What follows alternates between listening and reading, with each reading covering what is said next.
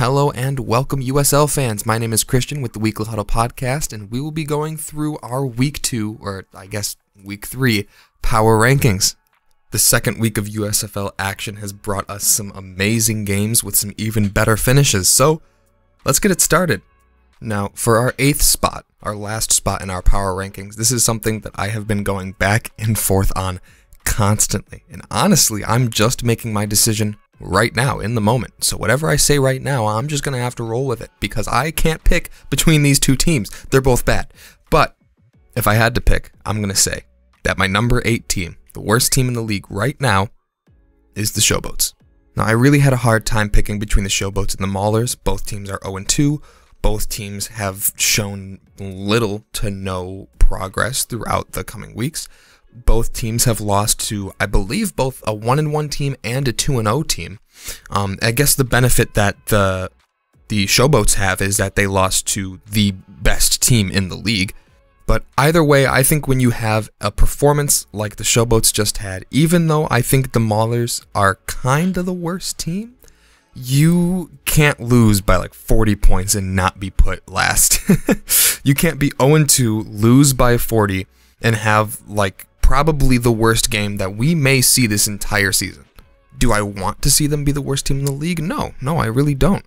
Two of my biggest talking points and the things that I was thinking through for this process, one of them was the fact that I'd take White over any of the Maulers quarterbacks, and the fact that the Maulers were already ranked 7th last week. So to then have them stay at 7 and leapfrog the Showboats before them, even though the Showboats were at 5 last week, felt criminal. And yes, again, I'll say, they did face the best team in the league, so like, I get it, but you can't look past that score, you can't look past that performance. It was rough. I really do think that I could be convinced to go the other way on this and actually have the Maulers at 8 and Memphis at 7. I mostly need to see what happens next week. I need to see as these teams develop, and I need to see what they're going to do, especially being faced with this large adversity. Especially this Showboats team. Losing 42-2 is not an easy feat to come back from. There was nothing really in the air, there was nothing really on the ground. The biggest thing that I can say for this defense is that they had 3 sacks and 5 tackles for loss, which is better than nothing. So I will give them that along with their 66 tackles made and their 2 passes defended. But did it really matter all too much in the name of the game? No. It mattered in getting them their 2 points, which kudos, but that's a very small kudos when the other team scored 40 more than you. And again, since I'm so back and forth on these teams, I guess I'll also just talk about the Maulers now since we're already on them. The Maulers didn't have a good game either. Their O-line continues to sell them literally every single down. The secondary definitely had some good moments, but a couple bad ones too. And the thing that kind of is putting me, or is convincing me, I guess, to put them above the Showboats at number 7 is the fact that they were never truly out of the game until the 4th quarter. Up until the 4th quarter, both offenses in the Maulers game were kind of stagnant. Nothing was really happening and nobody was scoring points. It was low scoring and no touchdowns were being made up until the 4th quarter, where the game completely ran away from them. So yes, even though they were ranked 7th last week, and even though their stat sheet, I think, is honestly worse in some areas than what the Showboats put up, especially, just look at defense, 0 sacks. They had 3 tackles for loss, great, no interceptions. They did have 2 more passes defended though, and 4 less tackles, so it's not really like these are big differences that we're seeing here. Unless you ignore the amount of points scored, but we don't have to talk about that. The point is whether it was them themselves doing it or if it was the fault of the generals of some kind, whatever the case may be, the Maulers were actually in their game. In it for a long time. Up until the 4th quarter, just got absolutely away from them, and there was nothing that they could do. I just want to see more out of these teams. I could be completely crazy for being so indecisive about these two teams. People could be watching this and being like, well, no, this team is obviously worse. But I think I'm just seeing so little from both. It's like, what is the lesser of two evils, right? I just want one of these teams next week to step it up. I want one of these teams to step forward and say, look, we're not going to be bottom of the league. We're not going to be seen as the worst team. We're going to come forth and we're going to put forth some effort and we're going to try to win these games. We're going to put up some points on offense. We're going to get some stops on defense. We're going to do what needs to be done. And you know what? Even if that doesn't result in a win, I'll be satisfied, which is exactly why I have the Gamblers at the number 6 spot for this week. The Gamblers had an absolute fourth quarter brawl with the Breakers this week, and it was nothing short of entertainment. It was fantastic. They were ranked last in the previous week, and now they've stepped up, even though they've taken a loss, and they share the same record as the two previous teams mentioned. I still am going to gladly put this team above the other two because they showed me that they're going to go out and they're not just going to lay down and not fight. They're going to go forward and they're going to try their best. Now, whether their best is good enough is not for me to decide, but I will read off some stats for you. Bahar went 18 for 30 for 266 yards, 3 touchdowns, and 3 picks to match with a QBR of 82.8.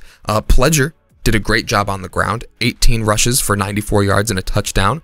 Receiving, we had 2 absolute studs in Hall and Ratliff Williams who absolutely lit up this game, and they are, oh, I'm so excited to watch them. The problem is they don't really have receiving game besides those two. So if they're going to improve in one of the many areas that they need improvements on, getting some other receivers involved is definitely going to be a step they're going to need to make. But I'm getting ahead of myself. On the defensive side of the ball, 68 total tackles. They had 1 sack and 4 tackles for loss and absolutely nothing on the secondary side. Now, on to some criticisms I have with this team. The first note that I have here is Bahar. Bahar looks improved from last week, which is good, but still looks unpolished. Silly mistakes when it mattered most, especially in the fourth quarter with those interceptions. Those are going to kill you every single time. I'm excited seeing Bahar kind of blossom out a little bit, at least, from last week, but I still need to see him make better decisions. I still need to see more accurate passing. I need to see those mistakes not come up, especially when it's the fourth quarter and you're fighting for the game. As I mentioned before, their top 2 receivers were fantastic, and I think it just goes to show something about how this team, I think, should be coached and should be ran, continuing at least in the next couple games, where I think if you just allow your playmakers to make plays, if you give your guys opportunities to do it, they're going to make plays for you. They're going to hurdle, they're going to spin move, they're going to moss the ever-living shit out of a secondary if you're Ratliff Williams. They will go out and they will put in work for you, but you have to put in work for them, and you can't sell them because they haven't really sold you. Maybe a couple, drop passes or whatever, but that's nothing compared to late game max importance interceptions. Lastly, I have here about the secondary. Now, the defense was struggling as a whole, of course, as any defense would do when a team puts up 38 points, but one thing that I noticed was especially the secondary not being able to account for the Breakers' passing offense. Now, of course, if you look at the stat sheet and you have watched the game, the run defense wasn't necessarily there either. But my biggest thing was not being able to stop anything on the defensive side, on the secondary side of the ball. Again, with this team, as I've said before, there are a lot of things to work on, but my optimism has definitely grown. And honestly, this is one of my favorite teams to watch, just because I'm excited to see what I'm going to get next. I can't say that about some other teams, like the previous two, but with this team, I can say that I'm looking forward to seeing what I'm going to get next, and I'm hoping that it's going to be something good. Alright, now, next up onto my rankings, we have the Stars. Now, with the Stars, it was another case similar to the bottom 2 teams of I wasn't really sure at first whether to put the Stars or the Generals first or second, well, in their own respective ranking. I wasn't sure who to put above the other, but after rewatching some of the games and after looking at some stats and coming to my own conclusions, I figured that putting the Stars at 5 was a viable decision to make. First off, starting off with some stats just in case you missed it. Cookus went 29 for 44 for 283 yards, 0 touchdowns, and 2 interceptions. A final QBR of 64.9. As for rushing, this was probably one of their biggest weaknesses, as their leading rusher didn't get above 25 yards and wasn't handed the ball more than 10 times, which I think both are kind of a shame, but we'll get into more later. As far as the receivers go, I think this is probably one of the most balanced receiving cores thus far. You don't have one guy that necessarily is leaps and bounds above the rest. Everyone kind of contributes well in their own way. You have Gray, Sewell, Coleman, and Overton all making some sizable contributions to this game. And honestly, in a league where we're seeing a lot of number 1 or number 2 options shining well above the rest of the receiving core, that's something I can appreciate. On defense, the most noteworthy thing is the fact that the defense had 8 passes defended, 2 of which were interceptions, with 4 tackles for loss to boot. You had a couple fumbles in there, with Cookus and Overton both losing one of them. Kick returns weren't too special, averages of 15 and 14 for each of the respective kick returners. Kicking, which I'll get to more at the end of this video, but kicking was alright. 1 for 2 in field goals and 1 for 1 in extra points. One of the better stat lines for this week's games. And some of my personal observations. First off, Cookus was looking a little more human this week. There were a couple of mistakes being made on his part that you weren't necessarily seeing last week. On the defensive side of the ball, they looked to create opportunity and mistakes. A lot of this came in the secondary. One of the major things that I'm talking about is the pass interference that set up the touchdown by their opponent, which was very unfortunate. This team did a fantastic job of shooting themselves in the foot. And that brings me to the main point of why did I put the Stars lower than the Generals. It's the fact that the Stars did such a good job at losing opportunity and falling flat. On their last drive, Overton was an absolute beast, made up for some faults like the lost fumble, but Speaks didn't care. Forced the fumble, and that just turned the game away. It was completely over by then. And I think that summed up basically the entire Stars game. They had some good plays, they had some good opportunities, but when it came down to it, they weren't able to execute because of mistakes on their own fault. They are their own worst enemy this week. And you know, that's just the biggest thing for this team. I think if you just play cleaner football, you know, they had all the opportunities laid out in front of them to get back into this game, and they shot themselves in the foot drive after drive after drive. If they just focus on playing cleaner football, not necessarily better, not necessarily flashier, just cleaner, and I think you provide a much better output for the following weeks to come, and you're in a lot more football games for a lot further in the game. Not to say that they weren't in it, of course. Mistakes were being made, punts were happening, interceptions were being thrown all the way up until basically the end of the second quarter, where the Panthers got that field goal. And then after the Panthers threw that interception, you thought, okay, well, maybe this is it. Stars go, rally, get a touchdown, and you think this is the comeback. But then from that point on, absolutely nothing could get done. Turnover on downs, fumble, and that's the end of the game.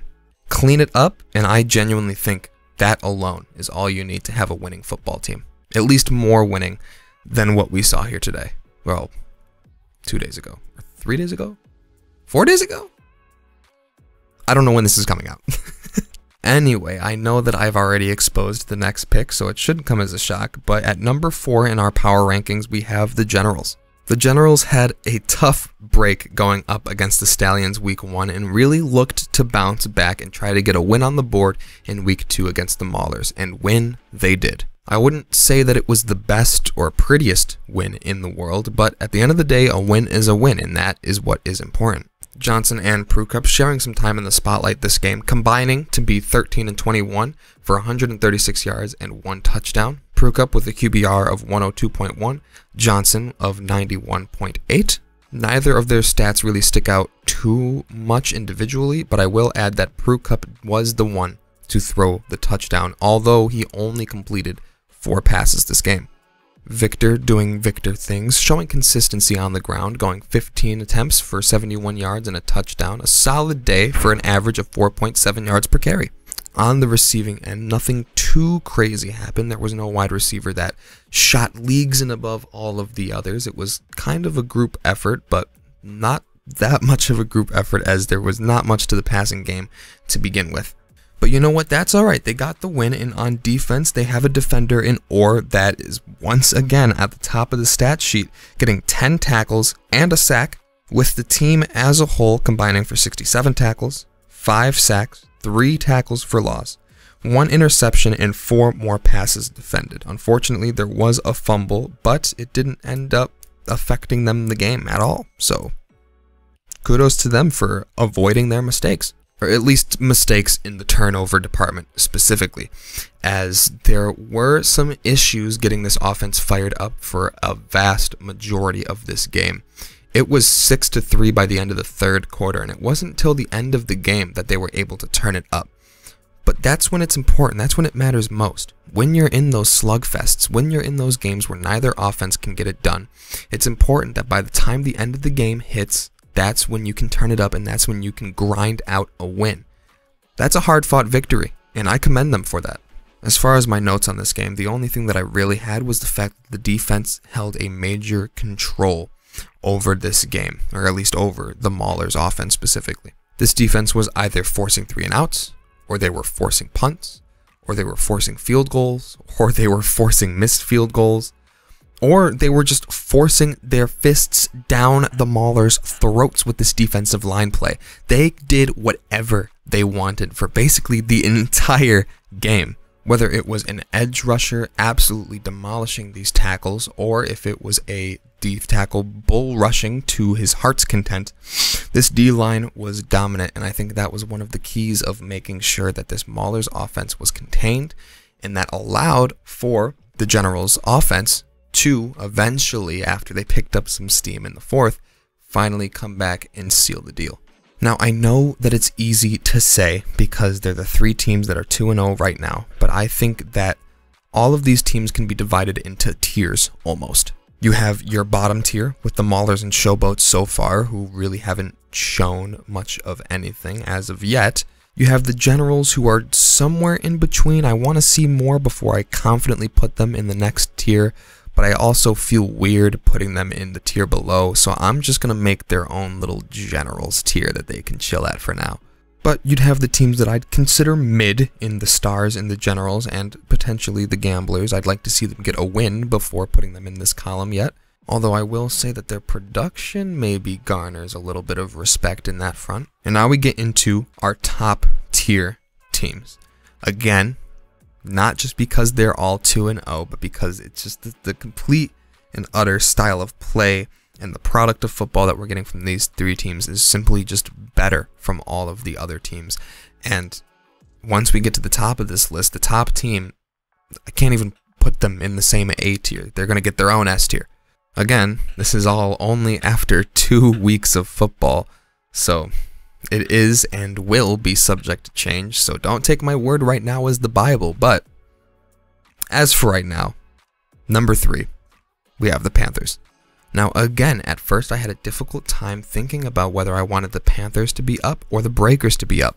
But I think one of the biggest deciding factors is just looking at the stat sheet of the quarterbacks and deciding from there. Now, of course, it's not just on the quarterbacks, and it is a team game, and there's a lot more to look at than just a couple stats, but I think it can be a good representation of why exactly these teams are where they are. But again, both of these teams are really good, and you're not first in the North for no reason. The Panthers beat the Stars in a fairly exciting fashion, with Love going 15 for 30 for 174 yards, a touchdown, and 2 picks, a final QBR of 51.3, which isn't great, but I guess it doesn't need to be when your starting running back rushes for 131 yards on 11 attempts and 2 touchdowns.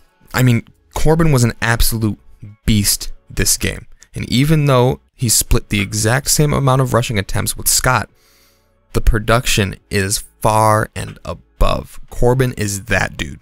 He's got good vision, he's got solid balance, he was getting good blocks, and he was following his blockers when he needed to, and even when he had to break a tackle to move on to the next level, or on that 52-yard run when you got a guy on him trying to arm tackle, you got to shake those guys off you. If you're going to try to arm tackle me, you're not going to tackle me, and that's exactly what Corbin said going through some of these powerful runs that he had in this game. Nothing too crazy out of the stat line for the receiving end. Hikutini and Hyman both had 3 catches for 56 and 53 yards respectively, with Hikutini tacking on a touchdown to add. And finally, in my favorite part of this team, the defense.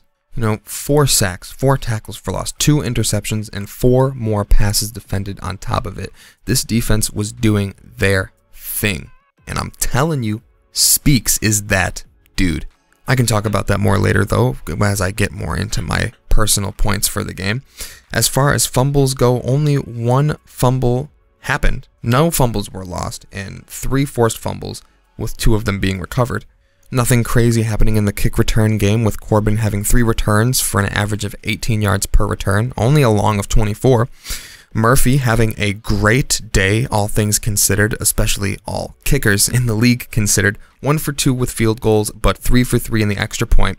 And on the punting side, Kramer had a pretty good day, 3 punts for an average of 44.7 yards per punt. Very good. Now, this team definitely could have played a better game, but they always found a way to bounce back when they truly faced adversity, especially when it came to the latter half of the game. Once it got to that 3rd and 4th quarter, where they needed to bounce back and they needed to be able to find a way to fight through their adversities and to fight through whatever mistakes they may have made in the first 2 quarters, they were able to find a way and they were able to push through. They already had a very solid defense before, but the fact that they've proved to me that they're also clutch on top of it is absolutely huge. And of course, I'm speaking about Speaks specifically, but also just the defense in general. I think you can't just credit one guy. You have to credit the whole defense with this one. Yes, sealing the deal with a forced fumble late in the game is incredible, and Speaks should be spoken highly. Speaks spoken. I just caught that. But also, this defense put in a solid team effort. This was a good job all around. And I think that this is going to end up being a top 3 defense by the time we reach playoff time. Maybe I'm getting a bit ahead of myself, but for some final observations, I just personally would have liked a better performance from Love. But this did, however, prove that they can win as a team, which is something that I can truly appreciate. And the fact that they have a guy like Corbin, they have a guy like Speaks, they have true difference makers on both sides of the ball is huge. And the fact that they can do well on all fronts is huge. Even when they're not necessarily playing their best ball, they can come back. They can push forward. They can keep driving this train forward, which is huge. I just have some slight fear when going up against the top competition in this league that I don't know if it'll be enough. And that's why I put this next team ahead of them, because I just have a little bit more confidence in them. And that team is the Breakers, coming in at spot number 2. The Breakers were engaged in an absolute brawl, fisticuffs even, with the Houston Gamblers, and it was fantastic to watch. At least for me. I loved the emotions that the game took you on. It didn't seem like it was going to end up being much at the beginning. A lot of punts in the first quarter. Action started coming through in the second quarter, each team having both a touchdown and a field goal, but things really kicked off in the 3rd and 4th quarters, and it was fantastic to watch. I absolutely loved it. This was for sure my favorite game of the week, honestly, and I don't think that I'm crazy for thinking that. Mr. Big Beard Bethel Thompson came through 23 for 34, 251 yards and 2 touchdowns, a QBR of 108.8, very good day. On the rushing side of the ball, Hills, 18 attempts, 110 yards, 3 touchdowns, absolute beast. Receiving, it was really Surratt. It was the Surratt show. I definitely didn't just butcher his name so hard. That never happened. Anyway, ignoring my mistakes and looking at this Breakers defense, they had 54 total tackles. They had 2 sacks, 5 tackles for loss, 3 interceptions, no fumbles. They had a pretty decent day on the kick return front. Kicking, really solid, best kicking this week. And punting, not too bad either. Special teams looking pretty solid for this Breakers team. Now, one thing that I noticed is you cannot let Bethel get absolutely slammed, get his ankles chopped off. Like, half the time I was seeing Bethel get absolutely abused by the Gamblers' D-line. The good thing, though, is that Bethel was doing a very, very good job of getting the ball out of his hands when he's under pressure. Sure, he was taking a lot of hits, and some of those hits were huge. He took a big hit. I believe it was either the first or second quarter. It was a huge hit. And then other ones that could have caused injury, honestly. But he was doing a good job of getting that ball out and being safe with it. And even when he's under pressure, and even when he's about to get absolutely mauled, he's still delivering accurate throws, which is huge. This team does a really good job of utilizing the short to medium range.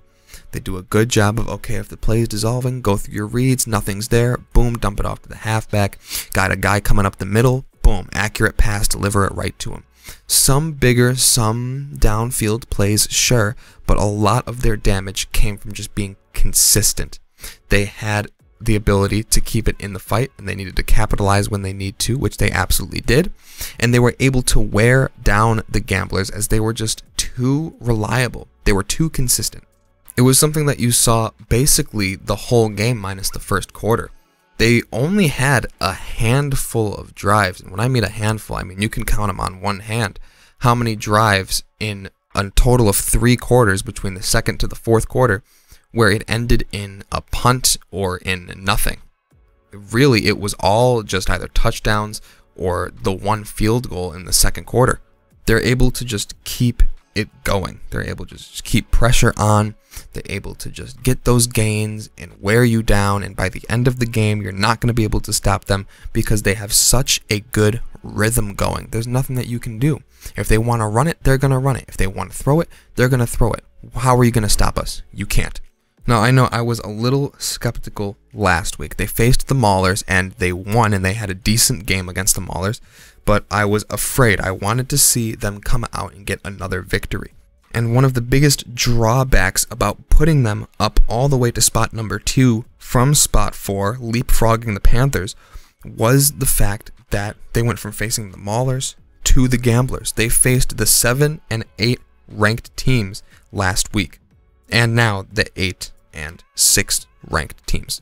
So it was difficult. Again, I want to see them face some higher competition. That's really what I'm looking forward to, because we know what they can do against some of the bottom teams in the league, and what they're doing shows me that I think I can have confidence in this team as they go up against some of this higher talent. But I just have to see it to believe it. Fortunately for us fans, our number 2 ranked team is going to be going up against our number 1 ranked team, the Birmingham Stallions. And honestly, there's nothing much for me to say about this team. I'm not going to read you any stats. I'm not going to tell you any opinions. This team was just dominant. What is there to say? They got their championship last season. They were like, listen, it's back to back. I get it. It's the Showboats. They're not necessarily the greatest team in the world, but you know what? We're going to go out there and we're going to absolutely tear up the competition. Alex Magoo was like, you know what? I'm that guy. Put me back on an NFL team. I deserve to be there. I'm going to dish out 300 yards of passing. I'm going to dish out 4 touchdowns. I'm going to have a 149 QBR this game, and I'm going to show everyone that I am that guy. There are plenty of things I'm sure that I could talk about with the Stallions team, but the only thing that I want to mention is the fact that they are solid. I'm not going to say that they're legit just yet, because they faced the Generals and they faced the Showboats. And although they put on an absolute clinic this week, which is something that I love to see out of my top team in the league, I am looking forward to seeing them versus the Breakers, and I want to see them solidify this number 1 spot. They've shown that they are playing a game of football that is truly above the rest, but now I need to see them absolutely prove it against solid competition, and this is going to be their test for both teams. Honestly, both teams are going to be put to the test this week, and I am so looking forward to seeing it play out, and I hope you are too. This has been my week 2, or I guess week 3 power rankings. Thank you so much for coming by and tuning in. If you enjoyed it, please leave a comment, leave a like, subscribe, as all the YouTubers say. Let me know what you agreed with. Let me know what you disagreed with. Let me know some things that you think I'm an absolute idiot for saying. Let me know if you think I'm smart, because that would be a first. Thank you very much. I appreciate all of your time, and hope to see you again soon.